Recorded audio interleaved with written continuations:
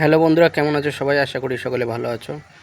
তো আমডাঙ্গা সহ আওয়ালসিদ্ধি বা বিডিও অফিস, ধানকল, কামদেবপুর, সন্তোষপুর সমস্ত বা যত স্ট্যান্ড বলে চালাচ্ছে বা স্ট্যান্ডই ধরি, টোটোওয়ালা বা টোটো স্ট্যান্ডদের যারা দায়িত্বে আছে তাদের উদ্দেশ্যে ভিডিওটা করছি।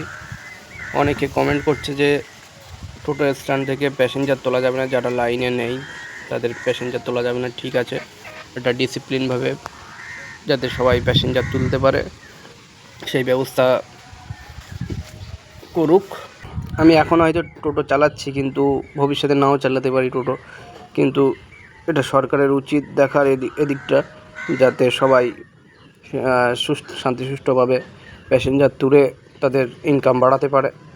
তো যারা স্ট্যান্ড করে বসে আছে, যদি সত্যিই সরকারি অনুমোদিত স্ট্যান্ড হয় তা আমরা সেই স্ট্যান্ডে যুক্ত হতে চাই। কিন্তু সরকার থেকে বলে দিয়েছে যে কোনো টোটো স্ট্যান্ডে টাকা দেওয়া যাবে না। টোটো স্ট্যান্ডে যুক্ত হওয়ার জন্য কেন টাকা লাগবে আর কিসের জন্য এবার টাকা দেবো, সেটাই তো আমি বুঝতে পারছি না। ফান্ড করবে 1,000 2,000 টাকায় কি ফান্ড হয়? সবাই 30 40 50টা গাড়ি আছে, সবাই 50 টাকা করে কি 100 টাকা 200 টাকা করে দিলে হয়ে যায় ফান্ড?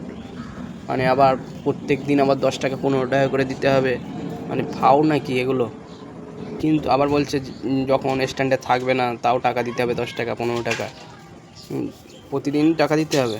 যখন স্ট্যান্ডে থাকবে, যেদিন থাকবে সেই দিনের 10 টাকা 15 টাকা দিলে মানায়।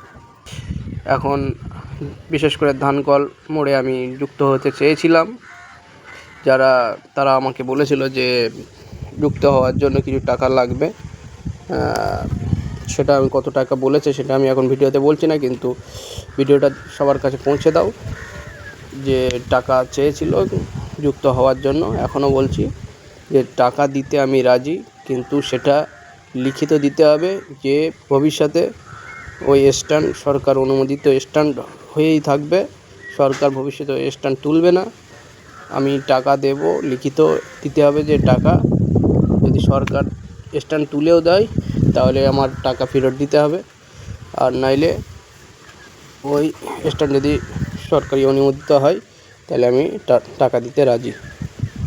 আর টাকা দিয়ে স্ট্যান্ডে আমি জয়েন থাকবো। সবাই যেরকম লাইন বাই লাইন যায় আমিও যাব, আমারও টিপ দিতে হবে। তো এটাই বলার।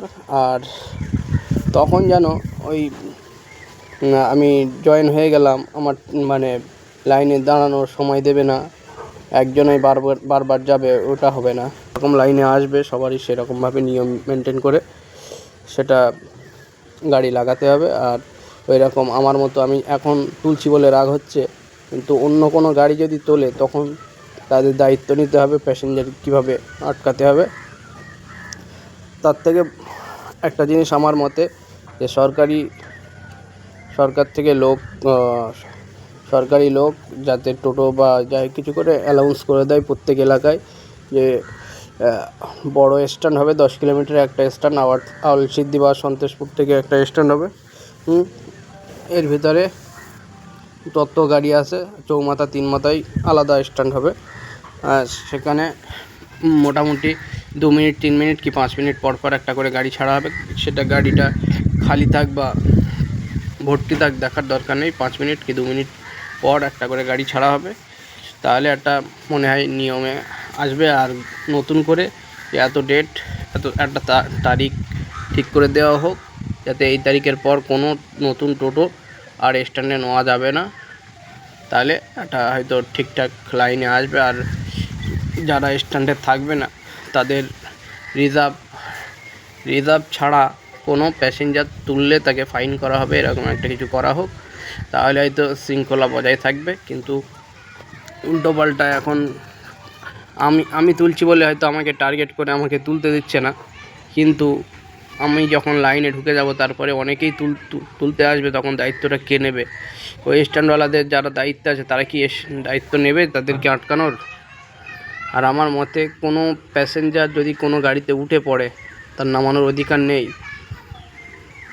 এই দিকটাও নজর রাখতে হবে, যাতে সবাই একটা শৃঙ্খলার ভিতরে আসতে পারে। সরকারের উচিত এটা ঠিক করে দেওয়া। আর আমি টাকা দিতে রাজি, কিন্তু সেটা আমি ভিডিও করে রাখবো, দরকার হলে তাদের লিখিত দিতে হবে যে টাকা ফেরত দিতে হবে, সরকার যদি না স্ট্যান্ড এটা অনুমোদিত করে। আর যদি অনুমতি দেয় তাহলে ঠিক আছে, কোনো ব্যাপার না, আমি লাইনে যুক্ত হওয়ার জন্য রাজি।